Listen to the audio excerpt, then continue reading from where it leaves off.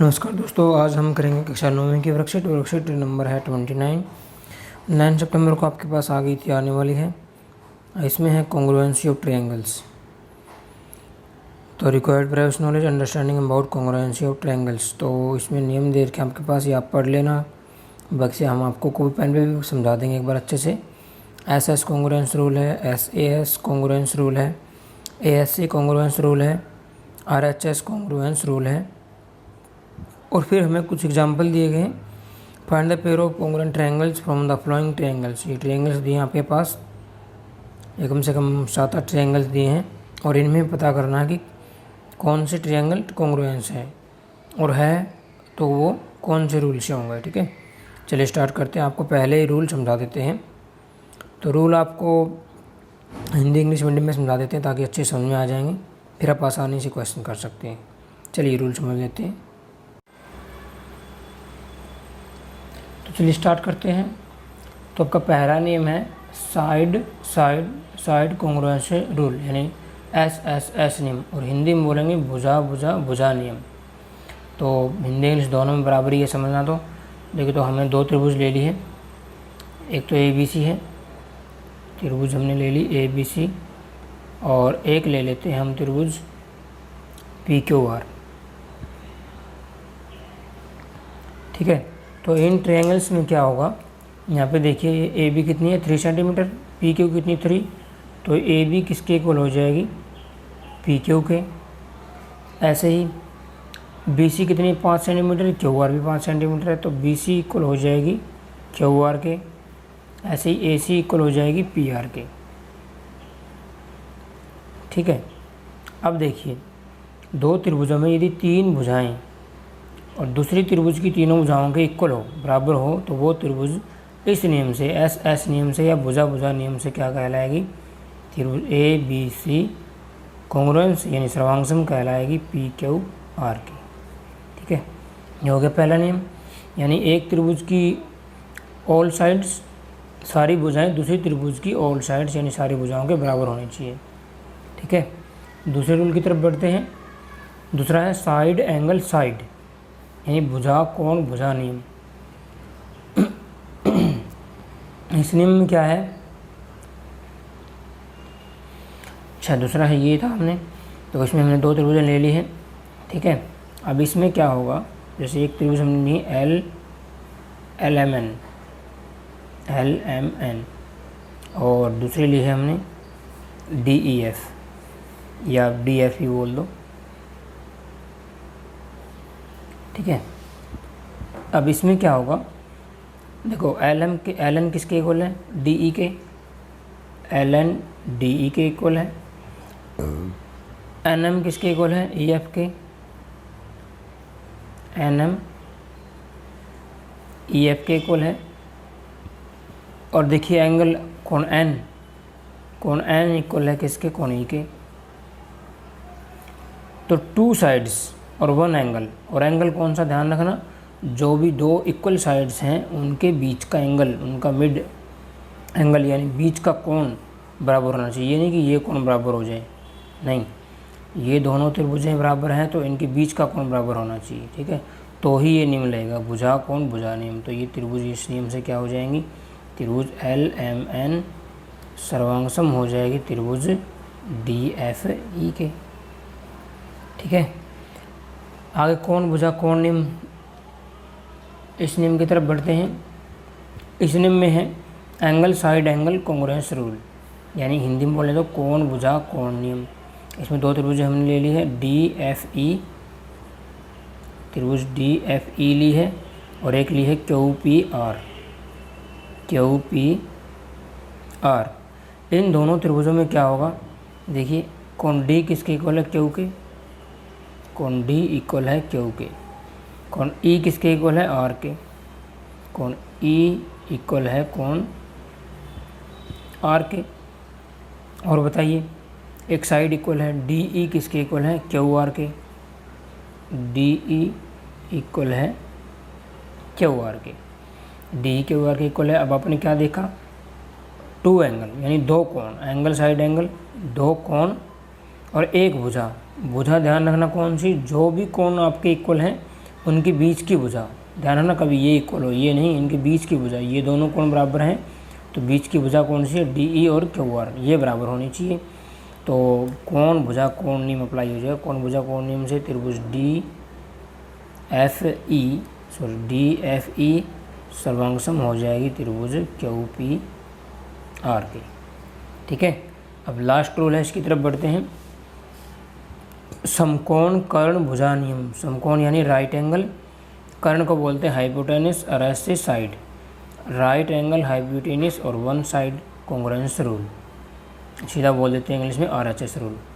समकोण कर्ण भुजा नियम, हिंदी वाले भी RHS ही बोल देते हैं, इसलिए आप इंग्लिश में भी समझ लिया होगा RHS का मीनिंग क्या है। इसमें हमने दो त्रिभुजें ले ली, QRP और एक ले ली हमने ACB। अब इन दोनों त्रिभुजों में देखिए, एक तो एंगल इक्वल हो गया, कोण R इक्वल है C के, कोण R इक्वल है आपका C के। दूसरा QR किसके इक्वल है, AC के, QR किसके इक्वल है, AC के। और QP यानी जो कर्ण है आपका वो इक्वल है AB के।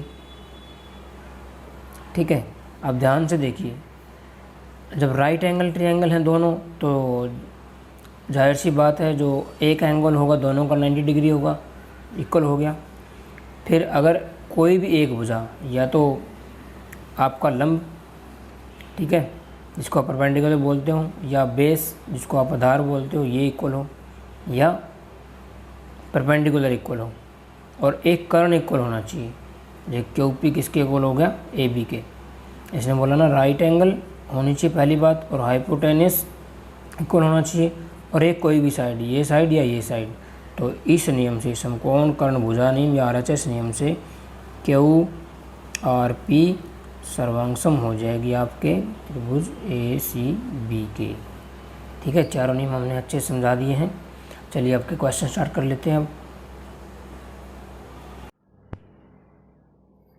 चलिए दोस्तों, मैंने ये आकृतियाँ आपके लिए बना ली हैं। जो आपकी आकृतियाँ दी हुई थी वो सारी आकृतियाँ मैंने यहाँ उतार ली है।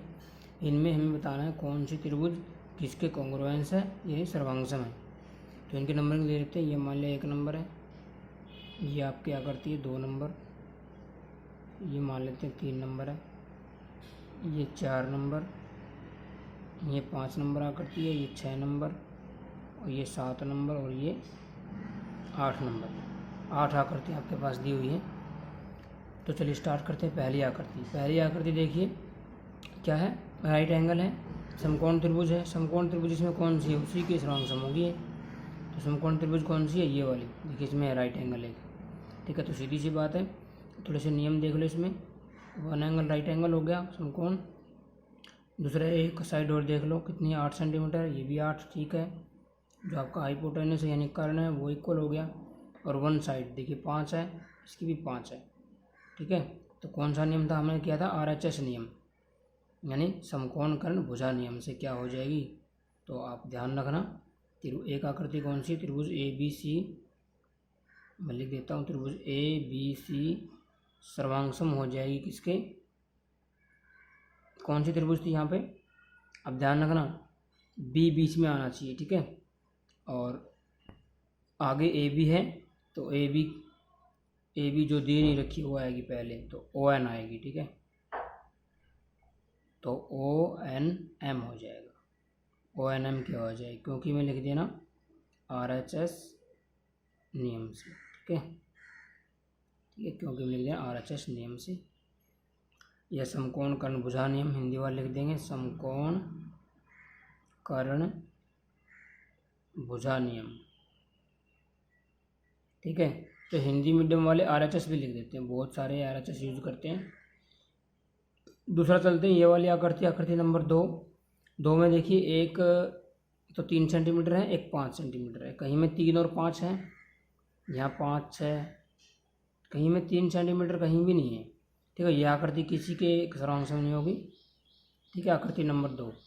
आगे बढ़ते हैं, आकृति नंबर 3 में देखिए एंगल सिर्फ 65 डिग्री है। 65 कौन से में है, इसमें 65 है। ठीक है, तो इसके हो गई है, थोड़ी सी और देख लेते हैं। एक एंगल इक्वल हो गया, एक भुजा इसकी 6 है, इसकी भी 6 है, इसकी एक भुजा 5 है, इसकी भी 5 है, ठीक है। ये भुजा देखने की जरूरत ही नहीं है भाई, दो भुजा इक्वल होगी और उनके बीच का कोण इक्वल हो गया, तो दो भुजा इक्वल होगी। तो देखिए आकृति इसका, तो ये आकृति कौन से नियम से, भुजा कोण भुजा नियम से, यानी साइड एंगल साइड नियम से क्या हो जाएगी, ये सर्वांग हो जाएगी। देखिए इसको हम लिखेंगे,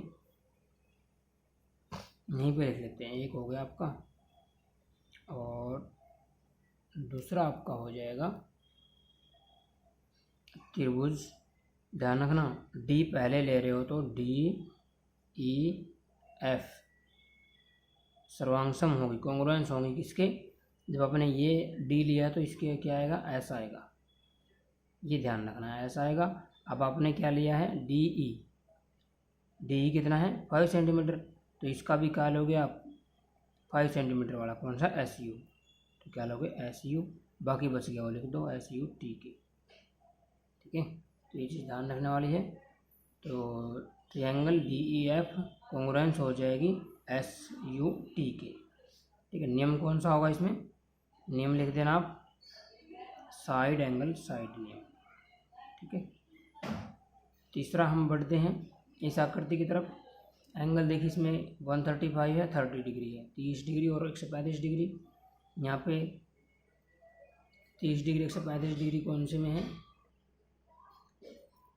तो यहाँ पे देखिए 30 डिग्री यहाँ है, 135 डिग्री यहाँ है, तो ये इसके इक्वल होगी।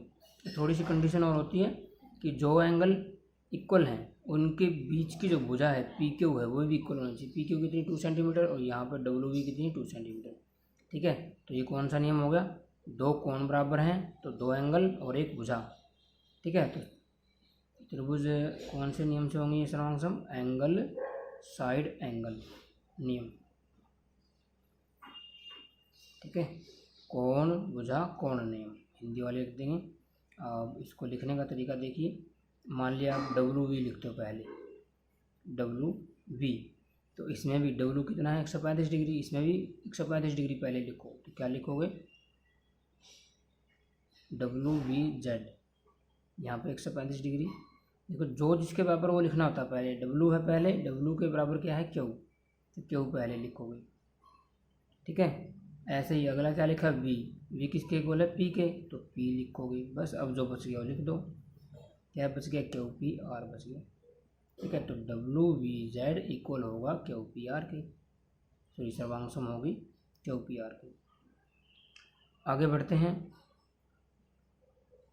चौथा कौन सा इक्वल होगा, चौथी देखिए आपके पास ये आ गई आपके पास आकृति नंबर 5, देखिए 5 सेंटीमीटर है, 6 सेंटीमीटर, तो 5 6 6 किसमें है, इसमें तो है नहीं, इसमें ये भुजा दे ही नहीं रखी है, तो ये इसके सर्वांग होगी 5 6 6, ठीक है। तो कौन से नियम से, तीन भुजाएं इसकी बराबर हैं, 3 साइड इसकी 3 साइड के इक्वल हैं, तो कौन सा नियम हो जाएगा आपका, साइड साइड साइड नियम, ठीक है। तो भुजा नियम से आप लिखोगे हिंदी मीडियम वाले। तो लिखने का तरीका देखिए, पहले आपने जी आई लिखा, जी आई एच सर्वांग होगी। अब देखिए आपने जी आई लिया है, तो यहाँ पे क्या लिखोगे डी ई है ना इसमें 5 सेंटीमीटर, डी ई और फिर क्या लिख दोगे एफ, बस।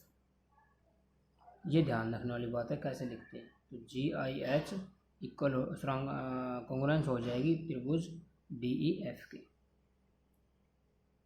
अब 5 की तरफ बढ़ते हैं, ये वाली हो चुकी है, ये वाली इसके हो चुकी है और ये वाली इसके हो चुकी है, बस हो गई। तो ये नियम हो गए आपके, 5 आकृतियाँ हो गई। एक तो होगी त्रिभुज ए बी सी कॉन्ग्रुएंस है ओ एन एम के आर एच एस नियम से, दूसरा था त्रिभुज डी ई एफ कॉन्ग्रुएंस है सर्वांग है त्रिभुज एस यू टी के एस सी एस नियम से, तीसरा था डब्ल्यू वी जेड सर्वांग है क्यू पी आर के ए एस सी नियम से, और चौथा था जी आई एस सर्वांग है डी ई एफ के।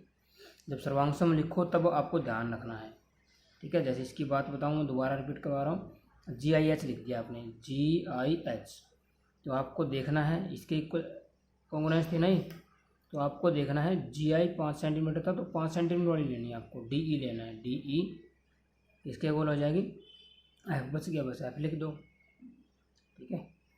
तो तो आज की वीडियो में इतना ही, मिलते हैं आपके साथ अगली वीडियो में नई वर्कशीट को लेकर।